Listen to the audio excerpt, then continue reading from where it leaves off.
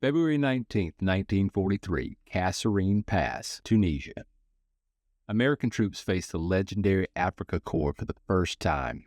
Within 48 hours, 300 Americans died, 3,000 missing or captured, 183 tanks destroyed. Soldiers abandoned equipment and fled in terror. Time magazine called it the worst performance by U.S. Army troops in their history. The Desert Fox, Erwin Rommel, had eliminated America's military in the first major engagement. This should have been the beginning of a disaster. Instead, it became the greatest organizational learning demonstration in military history. 83 days later, on May 13, 1943, 250,000 Axis troops surrendered in Tunisia. The same American army that fled in panic at Kasserine had forced the complete collapse of Axis forces in North Africa. Same soldiers, same theater, radically different outcome. So what changed?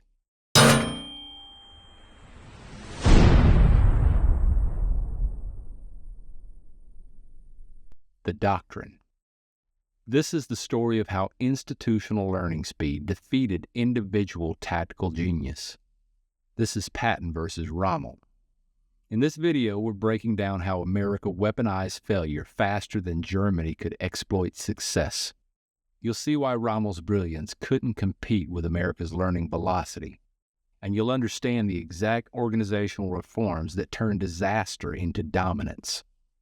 This isn't a video about military history. It's a blueprint for turning catastrophic failure into competitive advantage. Let's start with the disaster. February 14, 1943, Rommel sees an opportunity. America II Corps under the Major General Lloyd Fredendall is scattered across Tunisia. Poor positioning, weak defenses, and inexperienced troops. Rommel launches a two-pronged assault. The 10th and 21st Panzer Divisions, supported by the Italian Centauro Division. The American defense collapses within minutes. At Sidi Bouzid, entire battalions are overrun. At Kasserine Pass itself, defending troops break and run.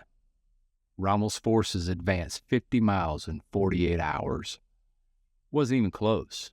It was a rout. But here's what most people miss about the battle. The Americans learned more in defeat than the Germans learned in victory. Kasserine was a diagnostic tool. The battle exposed catastrophic failures at every level. Leadership failures.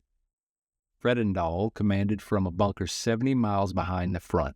He bypassed his own chain of command, and orders were confused and contradictory. They had doctrine failures. American armor doctrine scattered tanks among infantry units. German combined arms doctrine concentrated armor for breakthrough. The U.S. had better tanks. Germany had better tactics. There were training failures. American troops had 13 weeks of basic training. They'd never faced combat experienced forces. They didn't know what combined arms warfare looked like until it was killing them.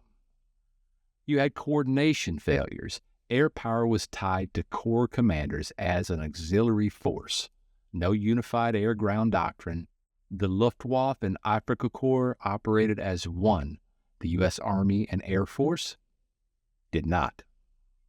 Any one of these would cause problems. Altogether, it was catastrophic. But the Americans did something Rommel never expected. They didn't make excuses. They reformed. After the battle, Rommel wrote in his journal, "The tactical conduct of the enemy's defense had been first class." Wait. First class? The same troops who fled in panic, Rommel praised. Because Rommel, the tactical genius, saw what was happening at the tactical level. What he didn't see was what was happening at the institutional level. While Rommel was winning the battle, America was studying the lesson. And that lesson was about to reshape the entire U.S. military doctrine. March 6, 1943, 11 days after Kasserine. General Dwight Eisenhower makes the most important personnel decision of the North African campaign. He relieves Fredendall installs George S. Patton. Patton arrives and immediately imposes shock therapy on the two corps. First day, mandatory uniform standards. Helmets strapped at all times, even in latrines. Fines for violations of $25. That's half a month's pay for a private. Officers who questioned the trivial rules were fired on the spot. Patton's message was clear. Discipline in small things leads to discipline in combat. But the leadership change wasn't just about Patton's personality. It was about authority distribution. Junior officers were given new authority to make tactical decisions. The rigid peacetime hierarchy was replaced with battlefield autonomy. New leadership? No. New command philosophy. It happened in 1 week. The reforms went far deeper than leadership. February 1943, back in Washington, the War Department initiates emergency doctrine revision. The result? Field Manual 100-20, Command and Employment of Air Power. Released July 1943, just 4 months after Kasserine. The opening declaration revolutionized U.S. military doctrine. It stated, land power and air power are co-equal and interdependent forces. Neither is an auxiliary of the other. This was radical. Before Kasserine, air power reported to ground commanders, subordinate, reactive. After Kasserine, air power and ground forces were equals, coordinated and integrated. The Germans had been doing combined arms warfare for years. America learned it, formalized it, and scaled it across the entire military in 4 months. Rommel had tactical brilliance. America was building institutional doctrine. There was a training transformation, too. Basic combat training was extended from 13 to 17 weeks. Physical fitness requirements increased by 30%. Combat-specific scenarios were integrated throughout training. Training incorporated Kasserine lessons in real time. The Army was turning its most embarrassing defeat into its most valuable curriculum. There was logistical transformation. 4,000 additional trucks deployed to North Africa. Road networks upgraded and widened. Rail capacity expanded. Forward supply dumps established. Aerial resupply doctrine was developed. The Germans had operational excellence. America was building systemic infrastructure. The strategic difference that decided North Africa. Rommel's genius? Tactical optimization. Brilliant small unit tactics, aggressive maneuver warfare, deception and speed, combined arms mastery, but no supply strategy, no institutional learning system, no scalable doctrine. Every victory depended on Rommel personally. When Rommel was sick, the Africa Corps struggled. When Rommel was absent, operations stalled. The genius was the system. America's transformation was institutional optimization, rapid failure analysis, doctrine revision in weeks, not years, scalable training reforms, command philosophy evolution, infrastructure investment. When Patton wasn't present, operations continued. When junior officers made decisions, they followed new doctrine. The system was the genius. Rommel optimized for tactical excellence. America optimized for institutional learning speed. In modern warfare, the learning curve is the competitive advantage. March 23, 1943, at El Guitar, Tunisia. Exactly 1 month after Kasserine Pass, the 10th Panzer Division, the same unit that crushed Americans at Kasserine, attacks Patton's 2 Corps. This time, the outcome's different. American reconnaissance spots the German advance before dawn. Artillery is pre-positioned. Infantry and armor are coordinated. Air power is integrated from the start.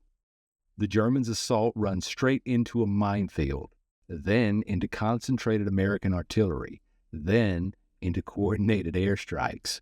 The 10th Panzer Division loses 30 tanks and retreats in disorder. The battle isn't even close. Same American Army, same German tactics, different doctrine. One officer later said, probably the greatest benefit of El Guerre was learning that the opponent was not 10 feet tall. This psychological shift was as important as the tactical one. Kasserine taught Americans they could lose. El Guerre taught them they could win, and they only had 83 days of doctrine reform in between. April to May of 1943, the Axis position in Tunisia collapses. British forces attack from the east, American forces from the west. Coordinated air power dominates the skies. May 7th, Tunis falls. May 13th, 250,000 Axis troops surrender at Cape Bon, the largest Axis surrender since Stalingrad. The German and Italian forces that had fought against North Africa for 3 years were gone. This was the U.S. Army that would land in Sicily 3 months later. This is the army that would land at Normandy 13 months later.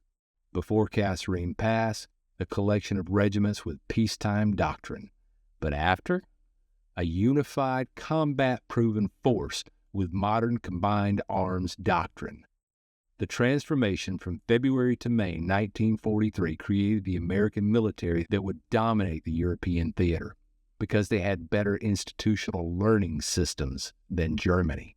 So what can your organization learn from this? You need to learn fast.